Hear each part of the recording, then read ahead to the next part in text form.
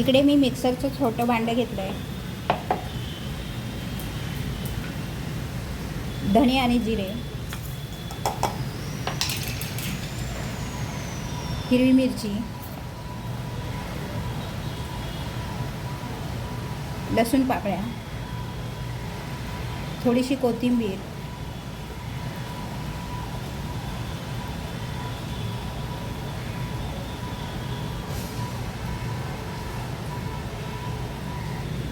यामध्ये थोडं पाणी घालून याची पेस्ट तयार करून घेऊ. याचं झाकण बंद करूया.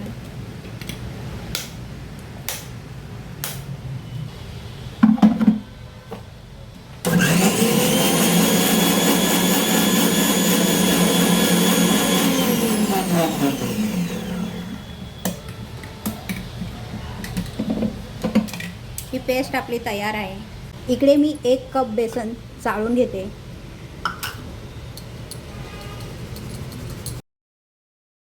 बेसन चाळून झाले. गॅसवर कढई ठेवून त्यामध्ये तेल घालते. तेल गरम झाले की थोडा हिंग,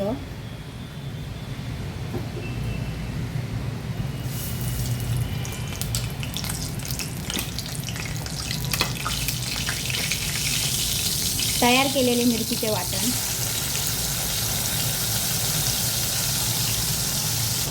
हळद, चवीनुसार मीठ, मसाला 2 मिनटं तेलावर छान परतून घेऊया.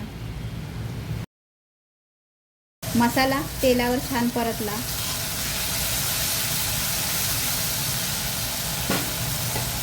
यामध्ये मसाल्याचं भांडं धुवून थोडं पाणी घालते.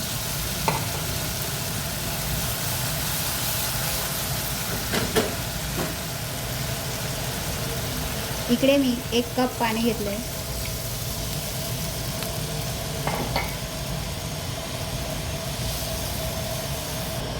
इकडे मी 1 वाटी हे पाणी साईडला काढून घेणार आहे.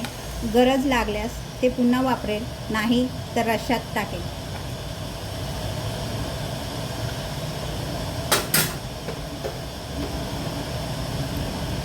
हे पहा.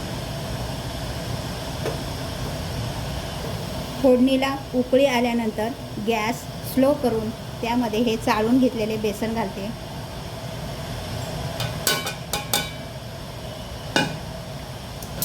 हे चाटूच्या साहाय्याने झटपट मिक्स करून घेते.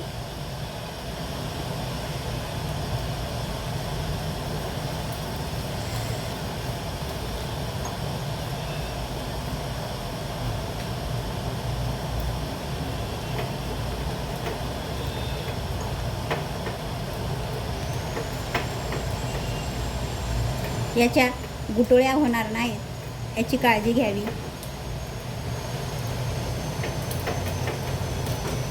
याप्रमाणे हे बेसन हाटून यावर मी झाकण ठेवून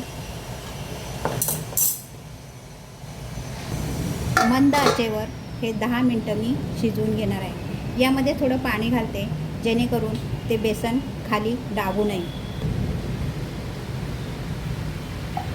10 मिनटं हे मंद आचेवर आपण आता हे शिजवून घेऊया. 10 मिनटानंतर याचं झाकण काढून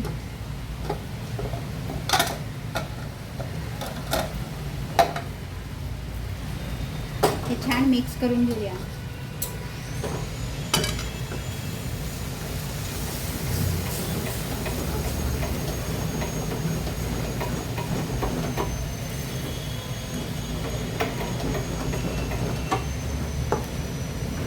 गॅस बंद करून हे आपण ताटावर पाटवड्या थापून घेऊया.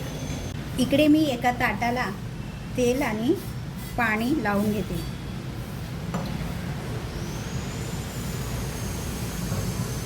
जेणेकरून पोळ्या थापल्यानंतर त्या चिटकणार नाहीत ताटाला. म्हणून 1 चमचाभर मिश्रण आपण ह्या ताटावर घालून ते थापून घेऊया.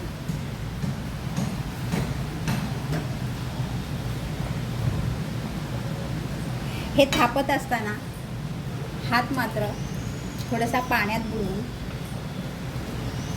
याप्रमाणे हाताला चटके बसणार नाही त्यासाठी असा हात पाण्यात बुडवायचा आणि असं थापून घ्यायचं.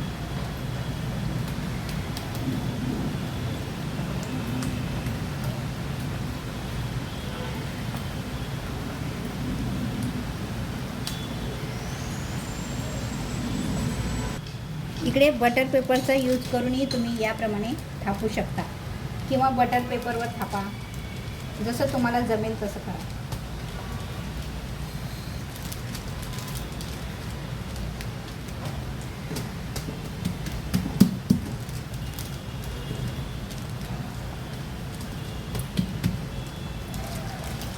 याप्रमाणे पातळ अशी ही पाटवडी थापून घेऊया.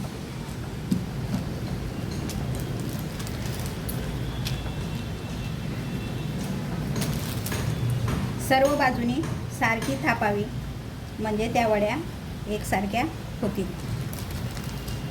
आता हे थोडंसं गार करून याच्या वड्या करून घेऊया.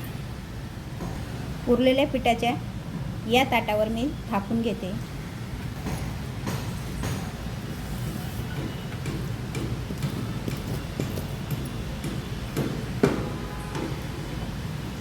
यामध्ये मी हे उरवून ठेवलेलं पाणी घालून ते थोडं गरम करून घेते, म्हणजे चिटकलेलं सगळं निघून जाईल. याप्रमाणे दोन्ही ताटावर माझी ही पाटवडी थापून झाली आहे. थोडंसं गार झालं की ह्याच्या वड्या पाडूया. हे आपलं गार झालं आहे ताटावरचं, ते आपण डायमंड आकाराचं असं कट करून घेऊया.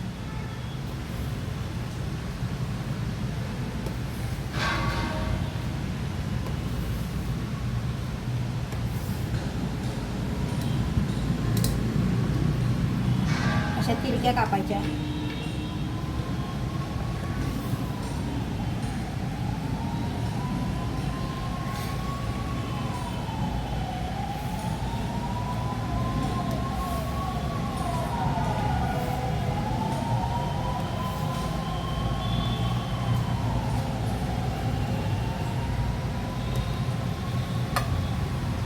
अशा कापून एका ताटात काढायच्या.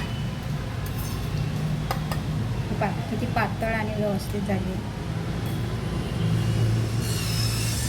ज्या नवीन शिकणाऱ्या मुली आहेत त्यांनी खूप थोड्या प्रमाणात बनवा आणि सराव झाला की मग जास्तीची बनवायला शिका.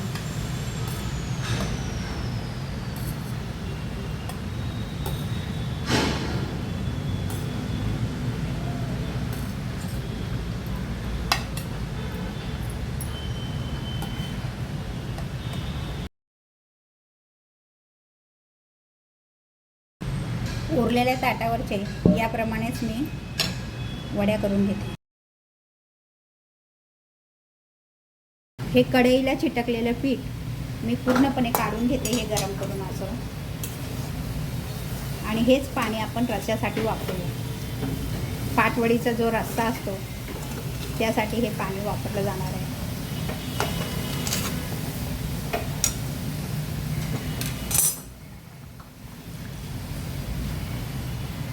हे मी बाजूच्या गॅसवर शिफ्ट करते.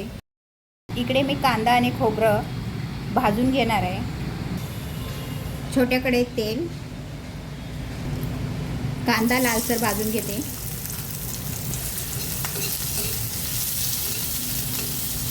कांदा लालसर झाला की त्यामध्येच मी हे पाव कप खोबरं घालून ते भाजून घेते.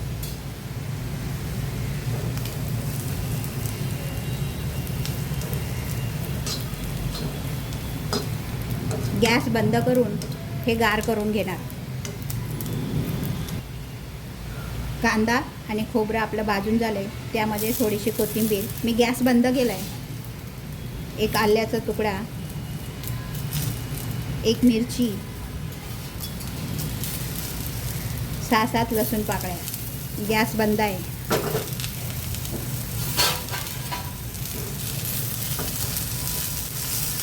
हे मसाले गार करून मिक्सरमधून याची पेस्ट तयार करून घेऊ.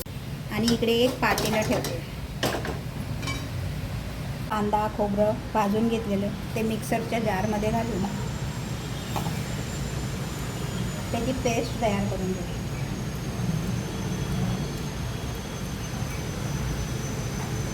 यामध्ये थोडंसं पाणी घालूया.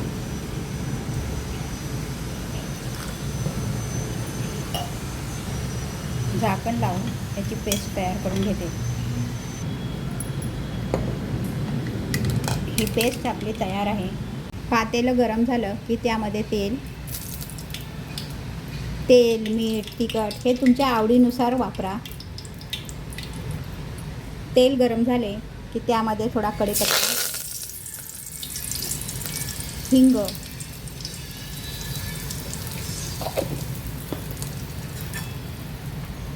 कांद्या खोबऱ्याचे तयार केलेले वाटण,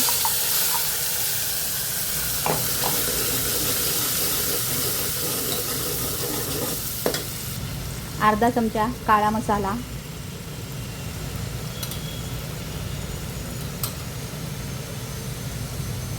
एक चमचाभर लाल तिखट,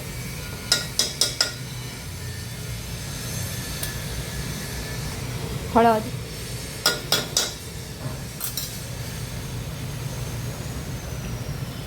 चवीनुसार मीठ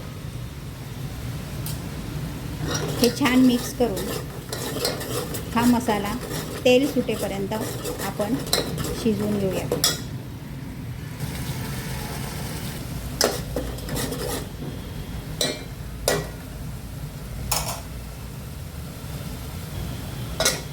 हे पहा, इकडे मसाला आपला छान शिजला आहे. यामध्ये वाटणाचं पाणी घालूया.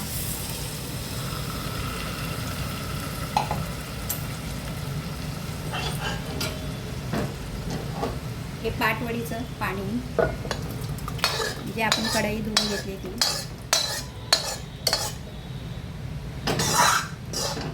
तुमच्या गरजेनुसार हा रस्सा तयार करा. यामध्ये एक ग्लासभर पाणी मी गरम घालते. हा रस्सा मी 10 मिनटं छान कढवून घेते.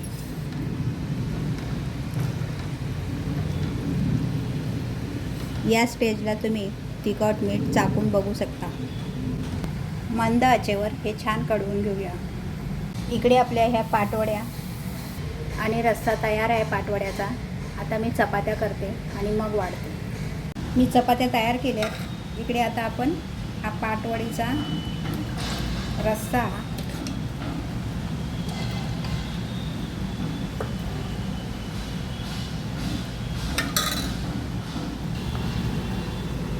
आणि ह्या पाटवड्या